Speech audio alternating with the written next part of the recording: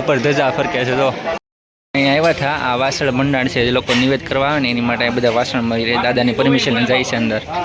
ઉપર આવે તો કેટલી બધી ભીડ છે તમે જોવામાં. મંદિરની ઉપર છે ને ઊંચા કોટડા માતાજીની કાર્યાલય છે, તમે જોઈ રહ્યા. આ પ્રસાદી છે, તમે જોઈ રહ્યા છો. કઈ રસ્તો જાય છે ને એ રસ્તો કઈ જગ્યાએ જાય છે ને કયું નવું મંદિર છે ને એ જોવાનું છે આપણે. વિડીયોમાં તમારું બધાનું સ્વાગત છે. તો મિત્રો આજે આવી ગયા છીએ આપણે કોટડા ધામે દર્શન કરવાના. ઉપર કેટલી બધી ભીડ છે તમે જોઈ રહ્યા છો.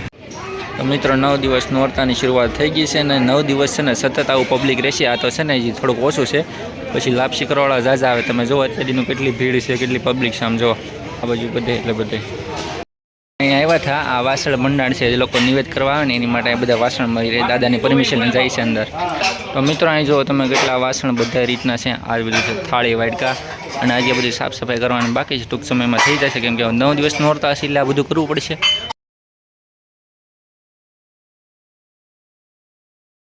અહીંયા છે ને નાના બાળકો માટે છે ને ઘોડિયાની બધી વસ્તુ છે. તમે 35 વર્ષથી થાંભળા જ પેલા ભાઈ બોવડાવાળા જો કેટલી સામે પબ્લિક મળે. પબ્લિક ફૂલ છે અને અહીંયા બધી ટોટલ ભાગની વસ્તુ બધી મળી રહી છે. છોકરાઓ માટે રમકડા, પ્રસાદી અને નાસ્તો પાણી બધું, એટલે બધી સુવિધા અવેલેબલ છે અહીંયા.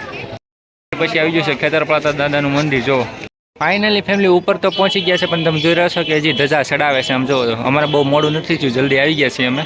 બધી પબ્લિક નીચે ઉતરે છે ને અમે ઉપર ચડી ગયા છે. જો આ છે મંદિર. મંદિરમાં કેટલું પબ્લિક છે અને ફોટોશૂટિંગ તો મનાય છે, પણ આપણે ટ્રાય કરશું. જો તમને બતાવી શકીએ તો, દર્શન કરાવી શકીએ તો. મંદિરની ઉપર છે ને ઊંચા કોટડા માતાજીની કાર્યાલય છે, તમે જોઈ રહ્યા છો. ઉપર આવે તો કેટલી બધી ભીડ છે તમે જોવામાં. શ્રીફળ તો શું દર્શન કરવાનો પણ વારો નહીં આવે, એટલી બધી ભીડ છે, પણ કરવાના છે ફાઇનલી. અહીંયા છે ને શ્રીફળ વધારવાનું શરૂ છે. તમે જો શ્રીફળ અહીંયા બધા વધારે. ફેમિલી તમે જોઈ રહ્યા છો કે અંદર વિડીયો શૂટિંગની મનાય છે. તમે જોઈ રહ્યા છો બહારથી ઉતારેલી, અંદર નહીં જવા દે આપણને. ભીડ તમે જુઓ કેટલી બધી છે, કેમ કે ઉપર ધજા ફરકે છે. જો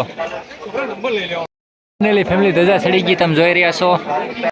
અંદર છે મંદિર અને આ છે હવન કુંડ. બધા હજારોની 10,000ઓની પણ છે ને લાખો ત્રિશૂળ છે ને ત્રિશૂળમાં છે ને એક ત્રિશૂળ હાસું છે અને જે ભાગશાળી હોય ને એને જ બતાવે એવું કહેવામાં આવે છે. અહીંયા મંદિરની એક્ઝેક્ટ છે ને ત્રિશૂળ છે ને 1,000, એની બાજુમાં જ છે ને એક્ઝેક્ટ સામે ચા પ્રસાદી છે. તમે જોઈ રહ્યા છો કઈ રીતની છે. ચાની પણ પ્રસાદી મળી રહી છે અને ભોજન પણ મળી રહે છે, એ પણ બતાવી. સરસ મજાની બાપા સીતારામની મઢી છે નાનકડી, તમે જોઈ રહ્યા છો. ફેમિલી વચ્ચે આવે છે શ્રીરામનું મંદિર. ઊંચા કોટડા ગામ સમસ્ત, તમે જોઈ રહ્યો છો ગામ સમસ્ત બનાવેલું છે શ્રીરામજીનું મંદિર. અને અંદર છે ને ભવ્ય એટલે ભવ્ય છે ને આમ જો બધું આખી કૃષ્ણ કુમારની મહાભારત લખેલી છે. અલગ અલગ અવતાર એના થાય છે, પછી અલગ અલગ બધી ફોટા ને એવું છે. તમે જોઈ રહ્યો છો બનાવેલું છે એ રીતનું બધું મસ્ત મજાનું. અહીંયા સરસ મજાનું હનુમાન દાદાનું મંદિર છે, સાથે ગણપત દાદાની મૂર્તિ છે અને સાથે છે ને એ શિવલિંગ છે. તમે જો મિત્ર અમારા અનિલભાઈ પણ આવી ગયા. તમે જો આ બધા હાલીને આવ્યા. અહીંયા છે ફેમિલી હનુમાનજી મહારાજનું મંદિર અને સાથે છે ને ઉપર જવાનું છે આપણે શામળાજીમાં.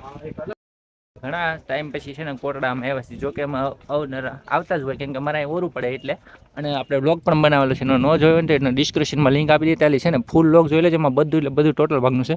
પણ અહીંયા રસ્તો જાય છે ને એ રસ્તો કઈ જગ્યાએ જાય છે ને કયું નવું મંદિર છે ને એ જોવાનું છે આપણે. ઉપર આવ્યા ને તો તમે જોઈ રહ્યા છો કઈ રીતનો ટાપુ છે ને આ સમુદ્ર આખું ભરેલું છે. આમ જો દરિયો છે આખો ભરેલો અને આ દરિયાનો છે ને અંત જ નથી આવતો. અને તમે જોઈ રહ્યો છો અહીં કેવા છે ને પહાડ છે બધે. તમે જો કોતરા કરેલ છે, આયલી બધા પાણાને એવું લઈ જવામાં આવે.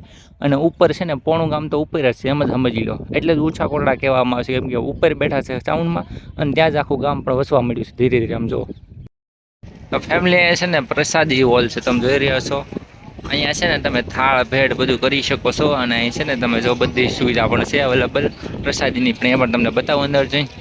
અહીંયા છે ને આ પ્રસાદી રૂમ છે, તમે જોઈ રહ્યા છો કઈ રીતની છે. જો બધી પ્રસાદી મળે છે ને એ થાળીઓ હોય છે. મજાના દર્શન કર્યા ને સરસ મજાની પ્રસાદી લીધી. પછી આવી ગયા છે આપણે દરિયા બાજુ.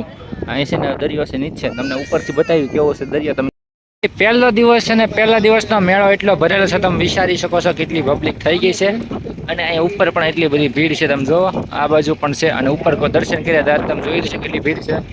અને છે ને એ પહેલો દિવસ છે, 2-3 દી જાવ એટલે બહુ પબ્લિક થાય. સામે છે શ્રાવણ માતાજીનું મંદિર, નીચે છે મહાદેવનું મંદિર અને પાછળ છે કાળ ભૈરવ દાદાનું મંદિર. આના પણ ફૂલ લોગ આપણે બનાવેલ છે, નીચે ડિસ્ક્રિપ્શનમાં લિંક આપી છે, જોઈ લેજો ફટાફટ.